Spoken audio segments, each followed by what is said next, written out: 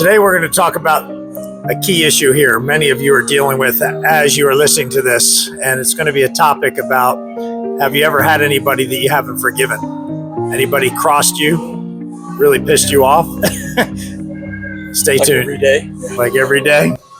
Stay tuned for this one, everyone.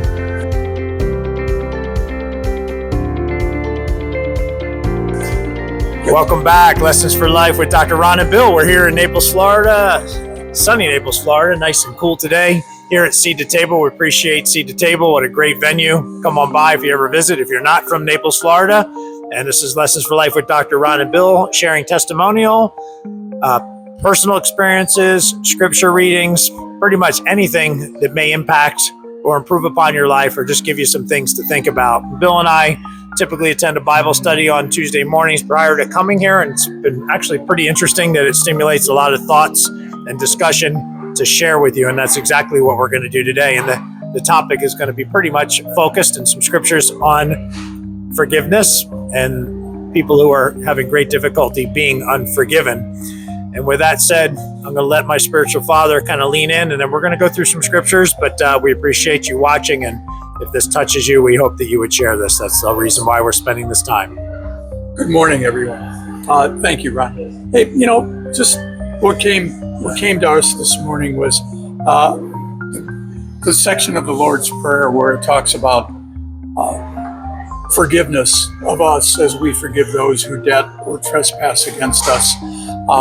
God forgave us our sins on the cross. He gave his life to forgive all of our sins. And we should do the same reciprocal thing. We should forgive others' sins against us. And the key is, it is reciprocal. It is something we need to do as he did for us. And we don't realize that. We don't realize, maybe friends and family are probably the deepest ones that cut us. Someone that cuts us off on the street is one thing, but that's short-lived unless we take it home and become real bitter about the fact that somebody put us in a rage, so to speak. And we don't want that rage, because that rage gets us out of our godly state. So we could do something definitely bad if we get caught up in rage. With our families, it tends to be a longer term thing. It's something we become bitter over, something that's not said. Even with friends, if you hurt somebody's feeling, ask for forgiveness. If somebody brings it up to you that maybe you hurt somebody's feelings, thank them for bringing that to your attention and do something about it. Ask for that forgiveness. And also, when you have someone do something that you may feel has crossed your lines of sin, let's just say, forgive them. And if you can, voice that to them. The good it's going to do for you is what we're talking about here. The good it's going to do for the relationship is probably wonderful, tremendous, something that'll be remarkable from that day forward. However, if you don't forgive, if you don't allow people to forgive you, you carry that burden, and that burden's not worth it. It's not worth the headache. It's not worth the stomach ache. It's not worth the pressure in your life, and it's just truly wasted energy. So go back to the root. Think of the Lord's Prayer. I think that today brought up something that we could break down many of the verses of the Lord's Prayer, and this one specifically about forgive us our trespasses or our debts, as we forgive those who trespass or debt to us. I think that that's really important to understand. Ours were all forgiven with the biggest sacrifice of all, giving the life of the Lord's Son. And we should do that same thing. We should find a way to do that same thing. Even if it's just in conversation, let people know how uncomfortable we are, but forgive them for what they did. And I think they need that, and especially we need that.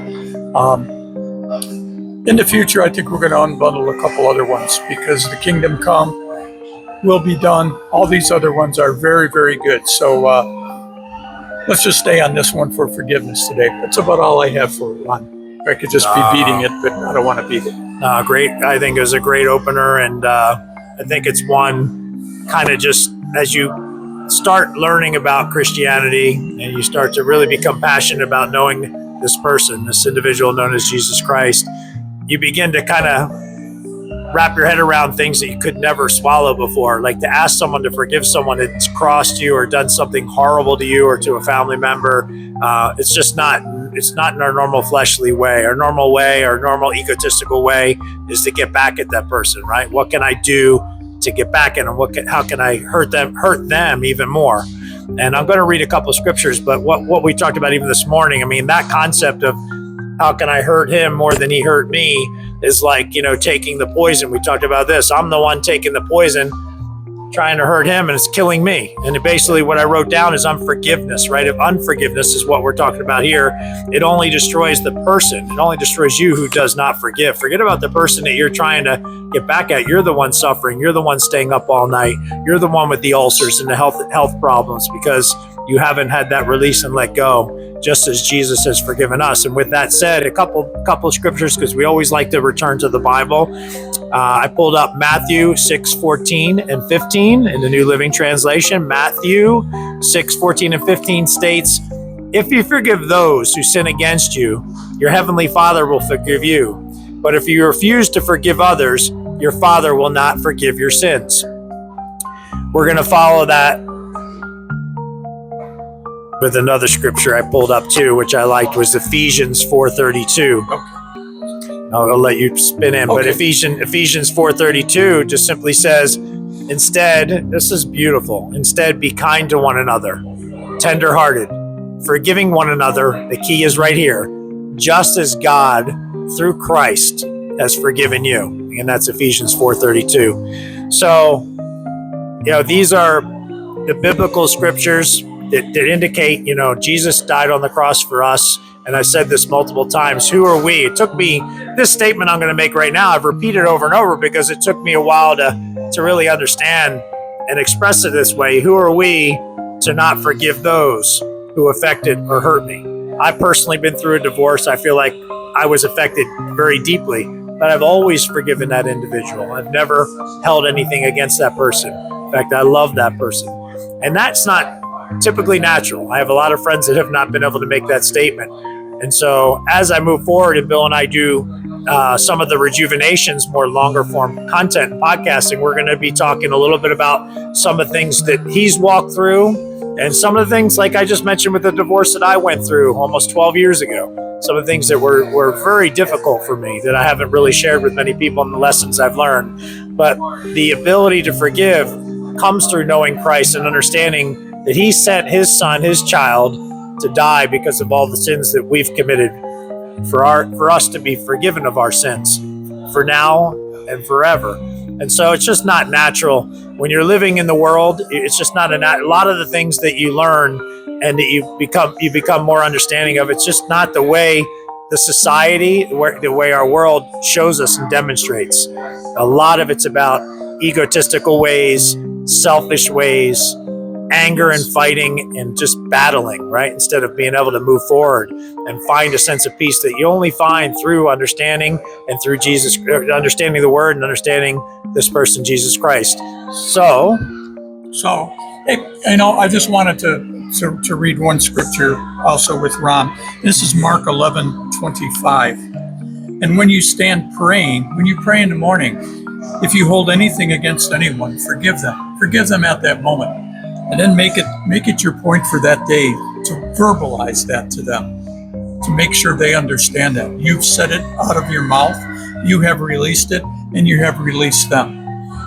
Let them say whatever they say. The point is you've done it. You've made it real by voicing it. So that your Father in heaven may forgive your sins and continue to forgive your sins.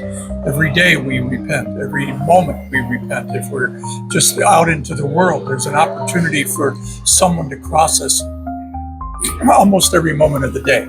So we must stay in repentance. So keep that in mind. And also, what was brought up again this morning was parables. I was going to mention that. Yeah. Was the way that Jesus had to talk. Jesus had to present things to keep it from becoming to the point where they would kill him just for being there. Because if he claimed that he was the Lord, they would just take him out right there. So the idea of the parables is to kind of talk in a secretive what do you want to call it? Some kind of text that people don't understand. Some kind of, what's the word I'm looking for, Ron? Well, it's a story. It's some type of a code. It's a story. It's a way to express what you're trying to mean in a story that helps you to understand what may be a very difficult message. Right. So it's in code. So when you children understand stories, right? So they do. So his parables are very important. Just another thing to introduce into your study is study the parables, not for just what they say, but for in between the lines, for what they mean. And that's how you grow. That's how your relationship with Jesus and the Lord just kind of matures as you study, as you learn, as you practice, as you mirror his life in your life. Yeah, and you pray, and you pray, and you begin to ask the Lord, because people don't know how to pray, and so look up the Lord's Prayer, the Our Father. I think that'll help you repeat that. And as you begin to get into the Word, the Holy Spirit will download upon you, and you will hear God's voice, and you will start to understand. It'll be a concept that surpasses natural understanding. And Absolutely. One of the things that was interesting, and again, the topic today is forgiveness, and I know if not every one of you watching this, there's someone that you haven't forgiven. Some of you just don't understand the concept of having a debate over something silly that's kept you from rekindling a friendship. And a lot of it, unfortunately, is family. But today, even one of the guys we were with today just had a situation. It was a contract situation with the lease. He had a rental property, and he had a single mom, that bailed on him. And, and his wife was, pushing, or his wife was pushing him to forgive, but he was pushing, and a friend of his was motivating him to pursue this lady. Christian friend. Yeah. Oh, yes, that's important. A Christian friend, right? To pursue the contract, right? And we were talking about the tax collector in the Bible and forgiving debts. And so it just was perfect. This gentleman had walked through this situation. And in the end, he ended up writing a letter and telling this woman that he forgave her for everything that she would have owed him. And where I'm going with this even further than that fundamental concept of letting go of the rent payment and the contract that she is really or should be bound to because she signed her signature on it is we won't know the downstream consequences of what that letter that he sent may have afforded that woman. That woman may have now turned to the Lord. She probably was deeply touched by his generosity. And that may be passed forward or pushed forward to other people. So a lot of times that's something we won't know. But the Ephesians 4:32 says, instead be kind to each other, tenderhearted, forgiving one another, right? Tenderhearted, loving, kindness. I mean, it's right there in the scripture. And so it is time to really think about that. And if you've not been familiar with any of this, or you just think it's crazy, I get it. We were all there. We all didn't like a lot of the things that the Bible tells us that we need to do. But you always got to turn and look to what Jesus did for us. And so if that's you, or if it's your son, if it's your daughter, whoever it may be, if they just need this word, this is going to be a shorter breakdown today, but we just really felt it in our heart to push this out in video about forgiveness. And, it's just something, look up some scriptures, pray upon it, and really let go, because what people tend to not recognize, but they feel the consequence of it, is that burning, that flame that it's torturing them. It's not doing what they were hoping it was doing to the other person. It's you, the person that's not forgiving, that's suffering. And when you let it go, and I can speak personally for me, you will develop a peace, a sense of calm, relaxation that will come upon you. And until you do these things, it's really hard to understand. But we hope that this touches you and that you share this. And I'll just ask Bill, he always has a final comment as I continue on, just a couple last words. Well, and I say that because you've been through a whole lot in your lifetime. I have. And you've had anger issues. And, so we're going to be talking about that stuff later. But just to wrap up this message on forgiveness. Yeah, I've had such an important one. I've had the divorce. I've had the hurt. I've had the children left behind because of the divorce, the things that I could have done, the things that I wanted to do that I wasn't able to do, all the stuff that was taken away from me because of a bitter divorce. Actually, it was very challenging. It was many years ago. I would not. To me, the thing that's worse than a bad marriage is a divorce. It really is. So I don't think you want to go through that. I didn't recognize the commitment I'd made, and I didn't follow it through, and I paid for it my life. I have 2 wonderful children from that wedding and that marriage. However, I lost a lot too. I've had some other people in business. I've had some people in my friendly life that have crossed me in a way that I should probably go to them. There's been a couple that I've been able to go to. There's a couple family members that I've been able to call and forgive them verbally. And if I search, I probably have some more. And if I look at what goes on for me every day, I probably have some more that I need to do. So if you can, when you pray in the morning, pray about it. Pray about it. It'll come to mind. Maybe there's someone in the back of your head you've forgotten that you really need to forgive, or you need forgiveness from. So take a look at that and get that part of your life in order. I think you'll be much better for it. And God loves you and He wants you to do that. We love you too. So thank you for listening. I love that. Yeah, think about this. Think about someone that you might need to write that letter to, like the gentleman this morning did. It's a nice way to think about it too. We text. We don't really talk on the phone anymore. We sure don't write letters. So I think, closing out a little bit with just some thoughts that come to mind. Maybe write that letter. Step up and forgive that person that you've been harboring ill will for all these years. And again, I know so many of you watching this right now are dealing with it. That's why sitting here, I'm kind of a little emotional about it. But yeah, so the topic today was forgiveness for Lessons for Life with Dr. Ron and Bill. I surely hope that you've gotten something out of this, and we love you, and like us on social media. I'll close with this, and we're on social, we're on YouTube, and I'll say that on every video probably because technology can be shared, and it just takes a moment to click a button, and so many people get hesitant. So there's people that need to hear this. Share it. And, we'll be back next week. If you're ever in Naples, Florida, come down to Seat to Table. We'd love to get your testimony or share something you'd like to share with others. That's really why Bill and I started. And then we leaned into these scriptures, and then we started pulling things out of our morning men's group. And it's been beautiful. It's just blossoming. But originally, we were really hoping to continue weekly testimonials of you all. So with that said, Lessons for Life with Dr. Ron and Bill, go out there. Remember, I always point out it's about you. But really, you need to forgive those that have crossed you and maybe have caused some harm in your life.